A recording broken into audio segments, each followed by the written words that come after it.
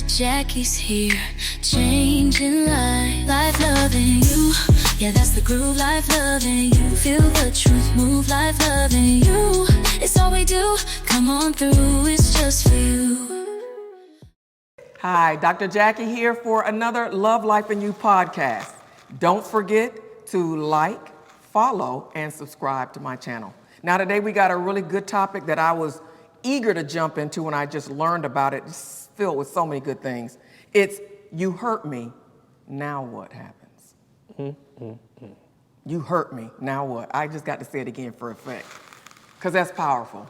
We all know that hurt. When I said it, I'm sure that certain things came back to your memory. You were probably flooded with a flurry of different feelings. It elicited a visceral reaction, because instantly, the topic alone made you start to recall some things that have happened to you that you wish would not have happened.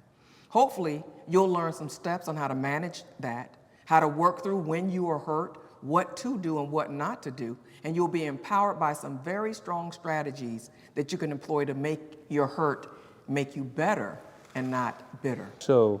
Research shows that emotional pain activates the same brain regions as physical pain, making heartbreak, grief, and betrayal feel just as real as a broken bone. What do you say to that? Well, anybody that's felt pain could have told you that. Everybody knows. That deep wounding that you get from emotional pain doesn't just go away in 6 weeks like a broken bone does. You get your little cast, you might do a little bit of rehab, you're as good as new. Actually, the bone heals stronger than it was before. But what do we know? You get wounded in the heart, and it could be decades later that you're still triggered and living from the pain of that particular traumatic event or painful event. Why do you feel like emotional pain sometimes takes longer to heal from? I think it's abstract. We can't really identify what it is that we're feeling, why we're feeling it. You go with a broken bone, whether it's a compound fracture or not. The doctors know exactly what to do to get you whole. We don't know what it's going to take to get us whole when someone breaks us in a way that we've never experienced before. So this is why people are still carrying so much baggage, because they've never figured out the recipe. So you got men, sleeping around because some woman broke their heart and they lost their confidence, right? So they've never figured out, how do I repair myself, my soul, from what just happened to me, so that I'm not worse off as a result, but somehow I'm better. And now I've gained insight so that this won't happen to me again. Instead, what we do is we deploy defense mechanisms. These things that are supposed to be temporary, that are not that effective because they're not about finding the cure or making you whole. They're just about keeping you in crisis mode just to get you over the hump so that you can figure it all out and then really do the work to get whole. So it sounds like people get stuck in cycles often. Yeah. So what do you say to people who are trying to navigate out of the cycle of pain? Because it seems like you don't even know that it's happening. So we're going to work through some strategies now on how to get whole.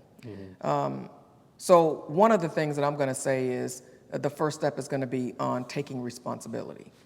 Taking responsibility. So the first thing that I do when I'm injured, wounded, whether it's deeply or whether it's just not deeply, if it's even through something that happened that wasn't pleasant to me, I'm not even sure how to feel about it. The first thing that I do is I say, what part was my responsibility in what just happened? So a follow-up question might be, what could I have done different? So you need to imagine that somebody else is looking in on what happened. So you have like a third person just looking and observing your interaction in that particular situation. And they're able to actually give you honest, unbiased feedback about what you did wrong. Because you know how it is, you could raise your voice at somebody, but say, I wasn't yelling, I wasn't mad, but that third person can kind of see through that. So the first thing is find your responsibility. And the reason why this is so important, an important step in working through, pain, that emotional pain and hurt, is because it's so easy to blame somebody else. That's what we all do. So that's what I consider to be human nature. It's normal for people when they're hurt, when they're underdeveloped, to always say, they hurt me. Look what they did to me. So what you're doing is you're saying, I am a victim. Everything that I'm feeling, you made me feel. Everything that I feel bad, you made happen to me. but you take no responsibility. So let's talk about responsibility and what it looks like. It could mean that there's something about that person that was shown to you, that they're not a person that you can go deep with.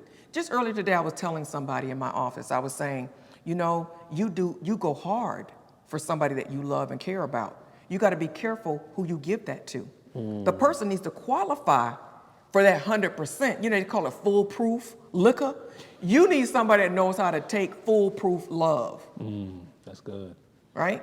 So you can't just give that away to just any and everybody. They need to qualify. And then what you need to do is you need to learn how to pull back so that if it's a wine alcohol level of 12%, you meet them at 12%. So taking responsibility means reading the people correctly, vetting them before, what is the saying? Fools rush in before you rush in. Vet people.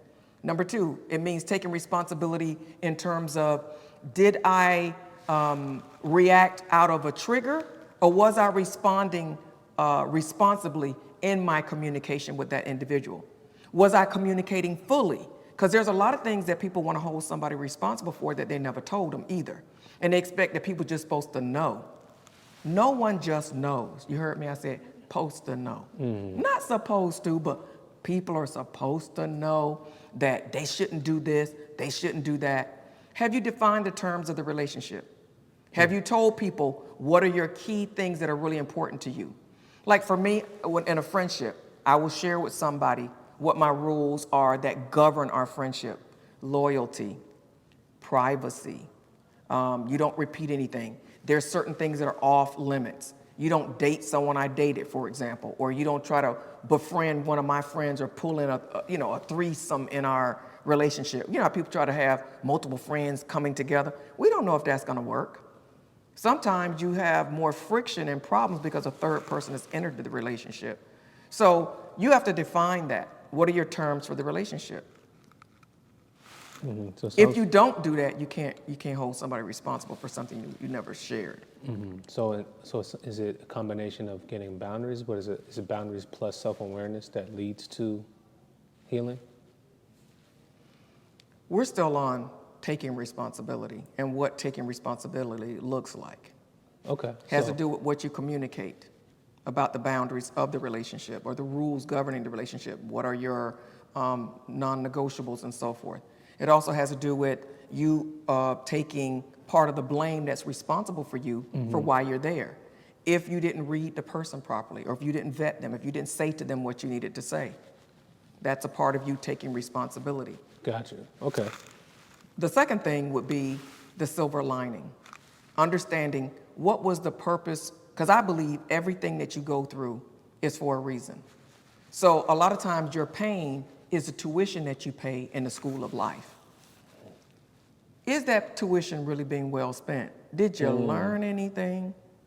I don't care how bad something was, there's always a silver lining in it. I lost my sister through a horrible car accident. I wouldn't be the person that I am, and I can define to you what silver linings that came up out of that horrible situation. But I can also tell you what I learned to do and what I learned not to do. That's the silver lining. So when how I can imagine, how do you get past the hurt to then get to see the silver lining? Because I feel like a lot of people get stuck on the hurt. Right, because that's what they're fixating on. And guess what? What you fixate on, you increase and expand. So all you're gonna know is pain. You're gonna feel more pain, and everything's gonna be about your pain. Instead of, what's the other side of that? And remember now, you have to experience pain in order to appreciate joy and pleasant things, right? So it's the balance, it's the counterbalance of it. So pain is a part of life. I haven't found one person on the planet that has said that they've lived a life without pain. It's built into life. It's pre-programmed. Because most of us don't even pay attention to things unless they become memorable. Painful things make you remember. Put your hand on the stove after your mom told you not to do it 3 or 4 times. It doesn't matter. The burn will cause you to remember, don't do that again. But when we don't do the work, which is the next step, the self-reflection. So there's reflection and self-reflection. Self-reflection teaches you about yourself, who you are, who you're becoming, what you need to do, what's working for you and what's not. Reflection is concentrating or considering a way of thinking, what you think, or about situations and circumstances. So one is more outward and one is more inward. How many people do you know that really know themselves well and that walk authentically? Only people who've done the work. There you go. Only people that have done the work. We actually have a stat, or just a realization. It says therapists use guided questioning, constructive restructuring of the mind, and self-reflection to help clients get past negative pain experiences. So what you say is absolutely true. Now, why do you think people struggle to get through that, struggle to look at me like, oh, it's me? Is it easy? Is it just that easier? Or is it just, it's easier to put the blame on somebody else? Or how do you? It is. It's easy. It's the easiest thing to do. Plus the work that you have to do is more abstract. Plus in a microwave society, it takes time. So I need to be able to have a set aside time where all I do is think about me. What am I feeling? Why am I feeling that? Where does this come from? What is it really about? Dig down to figure out what is the root cause. What does this spring from? Then also, if we're talking about examining your pain, I need to know that. I need to know, where does this pain come from? Why am I feeling it? Is it valid for me to feel that way about this thing? So when you say, is it valid, what do you mean by that? You might say, I don't like people. I love people, but I don't like them. So I don't really want to have too much contact with people. This is just a thought that's coming to my mind that someone might have. Is that a valid thought? I mean, is it working for you? So really what you're saying, if you dig deeper, something has happened to you with people that makes you afraid of people. But what do we know? Everything is around relationships. Your business growth, your professional as well as your personal development, and your ascent to greatness is all centered around what? Relationships. So people are an indispensable part of the equation. So is that really valid for me to feel that way? But what I'm discovering as I delve down into it is that I've been hurt, and the source of my pain has always been people disappointing me, people betraying me, people hurting me, whatever it was that they did. I would then begin to dissect each step of that, each scenario, because what I find that people do is we lump things together that don't really belong together.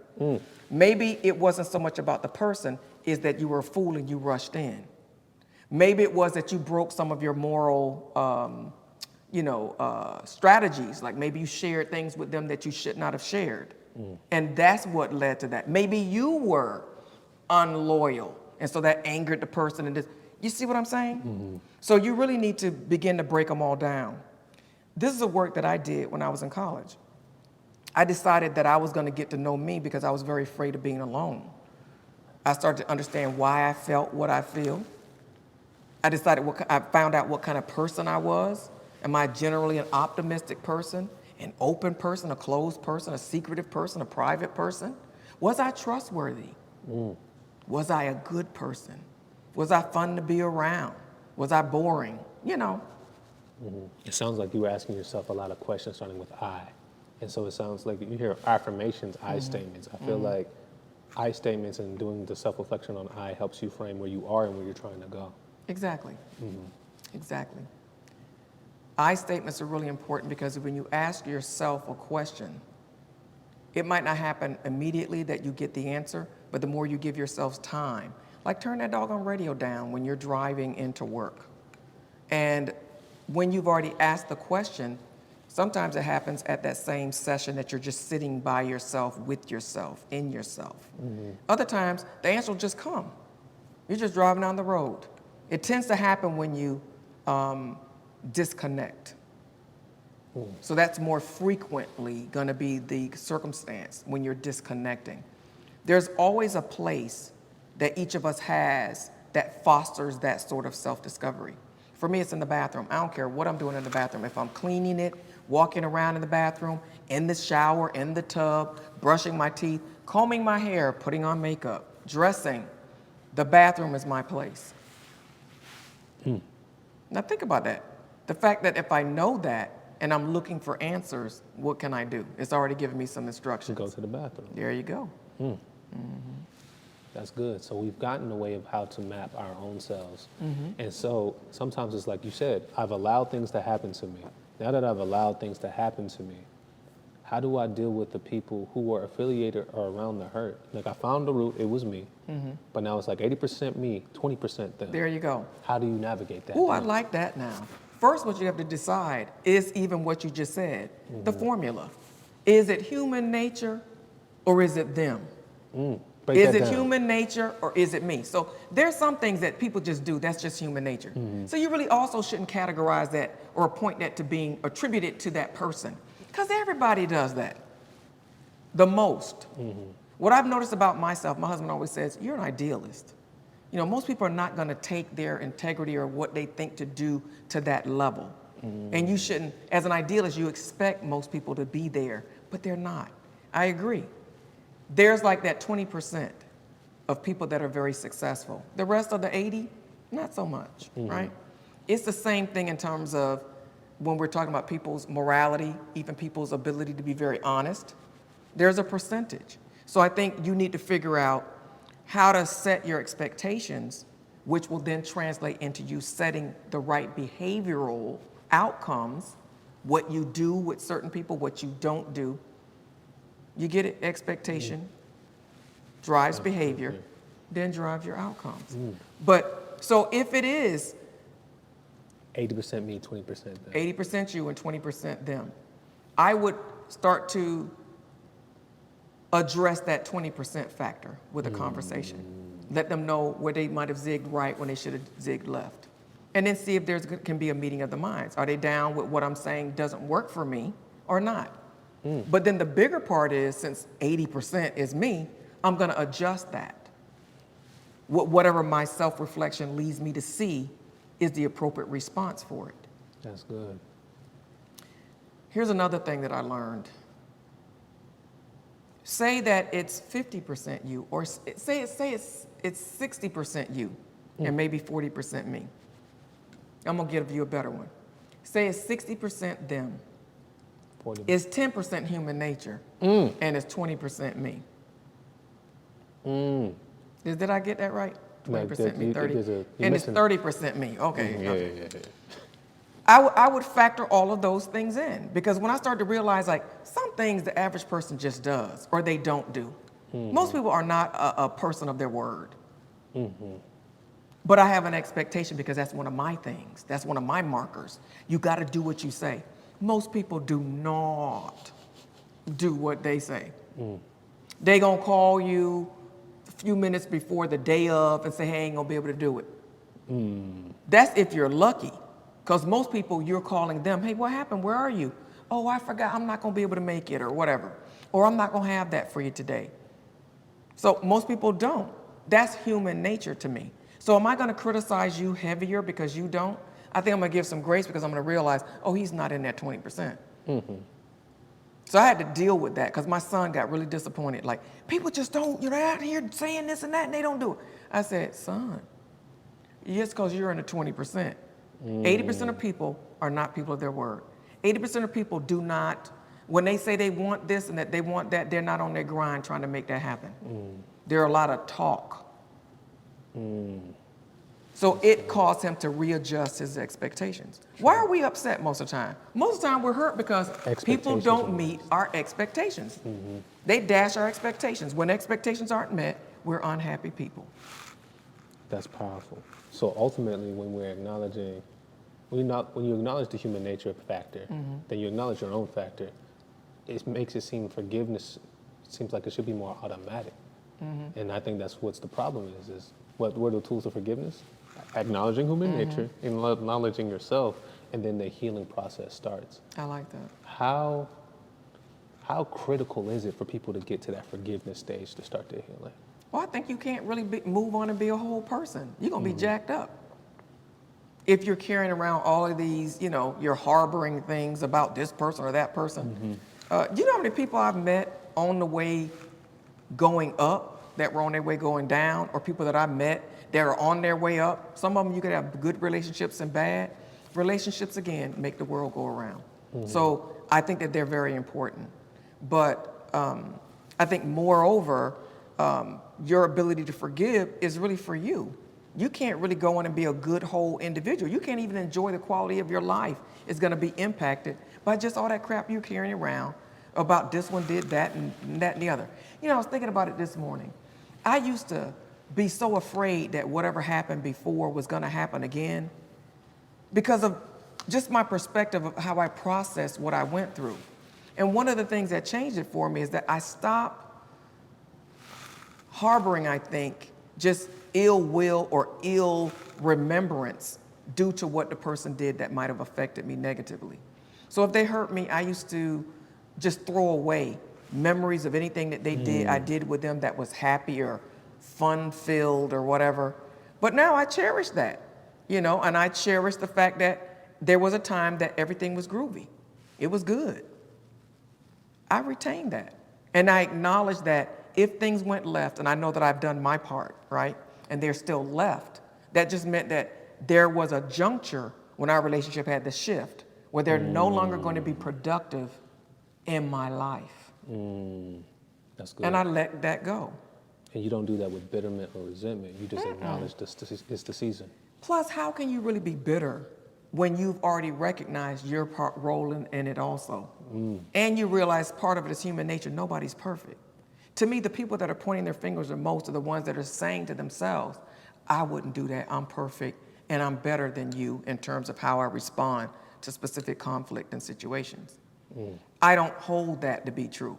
I do believe that I might be more of a person of truth than some individuals, but I can't even praise myself for that because the reason that I am was born out of my, trauma. It's not like I just because of my moral fiber decided I'm gonna love truth. I love truth because it's a part of me feeling safer. And I don't feel like me dealing with the truth is a bad thing. I think it's a good thing for me. And it was something that I saw emboldened in me when I took that break in college to say, let me find out about me. And I would ask myself very tough questions about me. When you ask, your gut starts getting tight because you're afraid of what the answer is. I still get that feeling sometimes, but I think the discomfort in knowing the truth versus my fear of the truth is always going to be outweighed. I'm always going to want to know the truth because that has a happier ending for me than the fear of me knowing the truth. I believe the pain of knowing the truth gives you the keys to your freedom. There you go. Now, that's well said. Look, I'm going to give you a Nancy Pelosi clap on that one. That was perfect. The keys of that gives you the freedom. Exactly. Because it seems like once you sit in the pain of the truth, you now have a path towards freedom. Because there's nothing in your mind that's blocking you. You're not blaming other people. You don't have resentment clouding your judgment. You don't have anything that's keeping you from that true path. You're clear. And there's no tethers keeping you back in an old season or in something way back in the past. I'm free now to really move forward. I'm free to keep ascending, increasing, and excelling. Exactly. And that's really what it's all about. Well, thank you so much for that. No, that was good. Doc, do you have any other closing thoughts, remarks about forgiveness or how to move forward, or any tips to give to the people before we close? I think follow these tips that have been given. Apply yourself to them. So we talked about no blaming. We talked about looking for your role of the responsibility. And we talked also about your silver lining. And I think the last one to tag on the end is the gift of forgiveness. Nobody's perfect, not even you. And so that should lead you down that path to be able to really move on. No tethers, no anchors in an old season or anything in the past. Because it could be that the very key to your future is tied up in a function that you need to perform now, that if you're tethered back there, you won't be able to join yourself to. It could be, if you're a business person, that you have an opportunity to partner, but because you've been burnt before through a partnership, you're reticent and you say no. But it could have been a multi-million-dollar partnership. And you wouldn't join yourself to it because of the fear that's got you anchored in something that happened 15, 20 years ago. Let it go. Well, this has been really good. I think that we should do a part 2 where we talk about how taking responsibility is not a part of your portion. For example, if somebody was molested as a child, what responsibility could they really take? There's no responsibility that a victim of abuse or a victim of trauma can possibly have. So I want to make sure that our viewers and listeners understand that. There is no responsibility. We're talking about relational conflict when I'm talking about your role in taking responsibility. But in the role of traumatic experiences or some form of abuse or whatever, there is no role of responsibility for that victim, and you really are a victim. But I want to explore what are some things that someone that has been a victim of trauma, someone that has been a victim of some deep wounding from their childhood or even from their adulthood, what are some steps that they can take to move on and to heal from that? Stay tuned for part 2, Love, Life, and You. Dr. Jacquie signing out now. Hey, Dr. Jacquie here. I'm your how-to lady. How to do life, how to do love, and how to do you, boo. So click, like, and subscribe. Stay tuned for more to come.